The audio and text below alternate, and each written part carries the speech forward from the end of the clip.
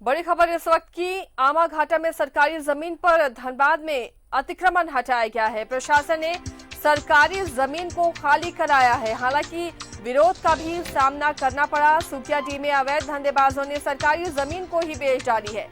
लगातार ऐसी गड़बड़ी की खबरें आपको बता रहे हैं। किस तरह सरकारी जमीन को प्लॉटिंग कर बेच दिया गया है। अब खबर दिखाए जाने के बाद हरकत में प्रशासन भी है।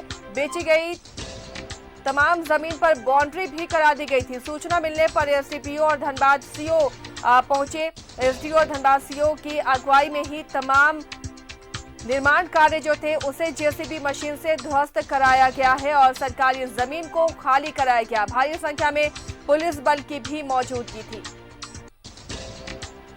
आमाघाटा मौजा की 5 एकड़ जमीन जिस पर कब्जा करके उसे बेचा जा रहा था। हालांकि यह सरकारी जमीन थी।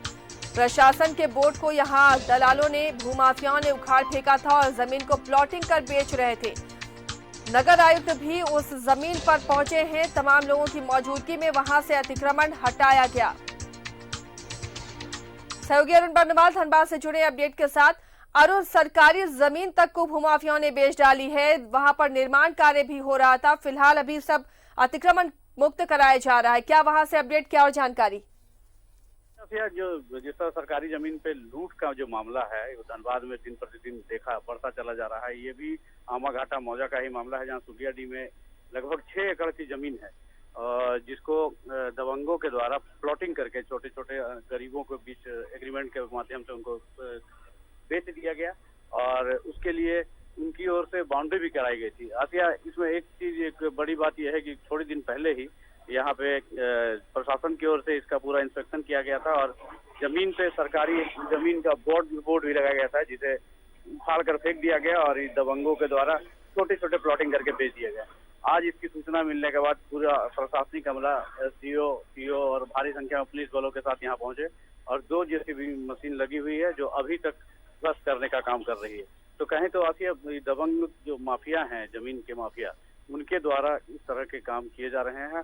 और अब जब प्रशासन, हम लोगों की मुहिम के बाद जब प्रशासन इसमें गंभीर हुआ है, तो अब उसका परिणाम ये देखने को मिल रहा है कि सरकारी जमीन अतिक्रमण मुक्त हो रही है। लेकिन अरुण, जो जमीन खरीद रहे हैं, जो ग्राहक है, कैसे वो इन भूमाफियाओं के झांसे में आ जाते हैं? क्या जमीन का ये नेचर बदल कर दिखाते हैं?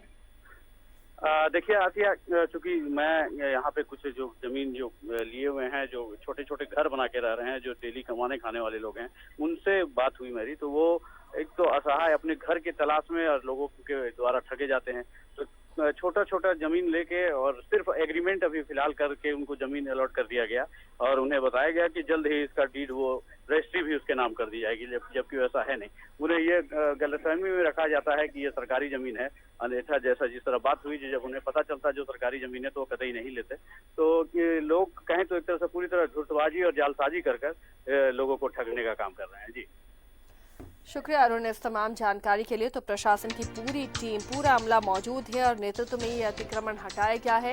भूमाफियाओं की एक करतूत की सरकारी जमीन को भी ये बेच डाल रहे हैं। बाकायदा प्लॉटिंग करके इसे बेचा जा रहा है और झांसे में बेचारे जो ग्राहक है अपनी जिंदगी भर की कमाई ऐसे भूमाफियाओं के हाथों में लुटा बैठ रहे हैं। अब प्रशासन का भी डंडा चला है। ऐसे लोगों को वहां से खाली कराया गया है जो अपनी जिंदगी भर की कमाई इस जमीन को खरीदने में लुटा चुके हैं।